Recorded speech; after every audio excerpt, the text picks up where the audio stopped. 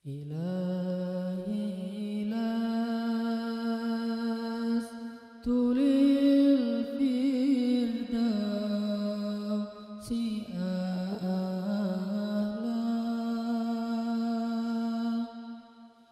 ولا أقوى على النار الجحيم فهب لي توبة واغفر ذنوبي فإنك غافر الذنب العظيم.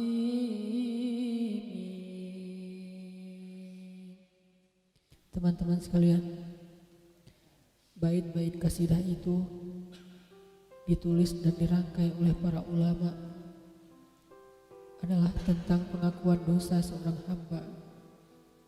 Ketika seorang hamba berada di puncak penyesalan dan merasa tahu diri bahwa dia adalah seorang hamba yang kotor, sehingga dia mengatakan, Ilahi lastu lil firdausi ahla. Ilahi, sesungguhnya saya tidak layak masuk ke surga Firdaus. Saya kotor, saya hina, saya penuh cela, saya banyak aib, saya banyak dosa. Sangat tidak layak saya masuk ke surga Firdaus-Mu ya Allah.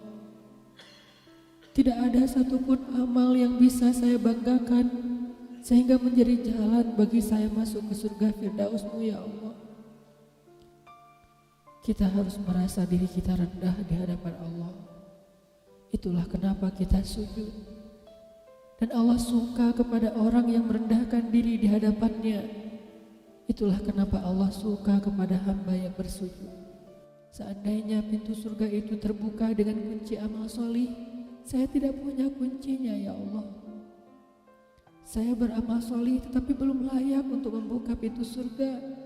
Saya sholat, saya puasa, saya tarawih, saya sedekah, tapi semua itu belum cukup untuk membuka pintu surga karena keterbatasan amal solih saya.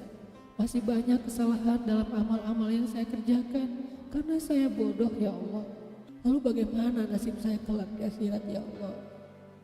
Jika ditimbang-timbang, sungguh kedurhakaan saya lebih sering daripada istighfar saya ya Allah. Saya tidak pantas menjadi penghuni surga ya Allah. Wala aqwa 'alan naril jahimi. Tetapi saya juga tidak akan kuat dengan azab neraka jahim-Mu ya Allah. Karena sesungguhnya tidak ada satupun dari makhluk-Mu yang sanggup merasakan azab neraka. Semuanya takut kepada neraka-Mu ya Allah. Jangankan 1 tahun, jangankan 1 bulan, jangankan 1 hari, sedetik pun tidak akan sanggup ya Allah. Karena saya mendengar sesungguhnya Rasulullah SAW bersabda, azab yang paling ringan bagi penduduk neraka adalah dipakaikan baginya sendal terompah dari api yang membakar kakinya sampai mendidihkan kepalanya. Itulah azab yang paling ringan di neraka untuk orang yang paling ringan berbuat dosa. Bagaimana dengan saya ya Allah? Dosa saya banyak, saya pernah durhaka kepada ibu bapak saya. Itu saja sudah cukup bagi saya mendapatkan azab yang lebih besar di neraka, dan saya tidak sanggup ya Allah. Saya pernah durhaka kepada ibu saya marahi ibu saya karena satu kesalahan. Padahal saya lebih sering berbuat salah dibandingkan ibu saya. Tapi ibu memaafkan saya.